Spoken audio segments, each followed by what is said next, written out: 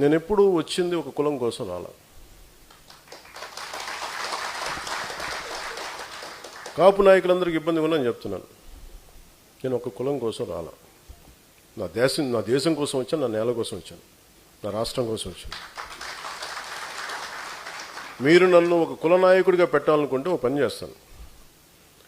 నన్ను విమర్శించే కుల నాయకులందరికీ కూడా, కాపు కుల నాయకులందరికీ మీ గురించి ఒక చక్కటి వివరణ ఇస్తాను. మీరే ముఖ్యమంత్రి అభ్యర్థిగా మీ అందరూ ఏకాభిప్రాయం సాధించండి. నన్ను విమర్శించే వాళ్ళందరూ ఒక ఏకాభిప్రాయాన్ని సాధించాలి. ఈ మధ్య నన్ను విమర్శిస్తున్న నాయకుడిని మీ పని చేయండి, మీరే ముఖ్యమంత్రి అభ్యర్థిగా మీరు ప్రకటించుకోండి, మీరు నిలబడండి.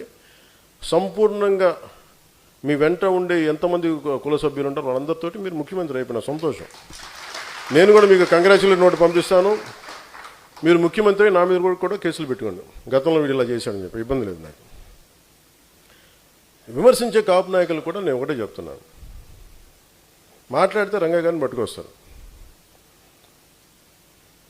జనసేన కూర్చోబెట్టి టీడీపీ కమ్మాయిలు మాట్లాడుతుంటారు. నేను చెప్తాను, మీరు ఇష్టపడే రంగయ్య గారు, ఆయన సతీమణి కమ్మ సామాజిక వర్గానికి చెందిన వ్యక్తి. వాళ్ళ బిడ్డలు, వారిద్దరు పుట్టిన బిడ్డలు ఇద్దరు 2 కులాలకు చెందిన వాళ్ళు అవుతారు. అంటే మీకు మీరు ఎంత కన్వీనియంట్గా ఉందంటే మీ రాజకీయం, అది చూడరు.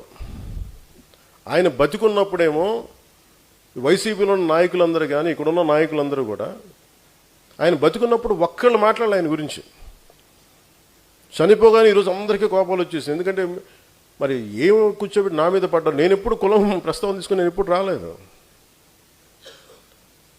చిన్నప్పుడు ఒక్కొక్కసారి ఒకసారి చీరాల్లో పెరుగుతున్నాడు, అడిగాను మా అమ్మని, అమ్మ మనం ఏమిట్లని అడిగాను. ఎందుకు ఇలా చండాల ప్రశ్న చేసాను మా అమ్మ.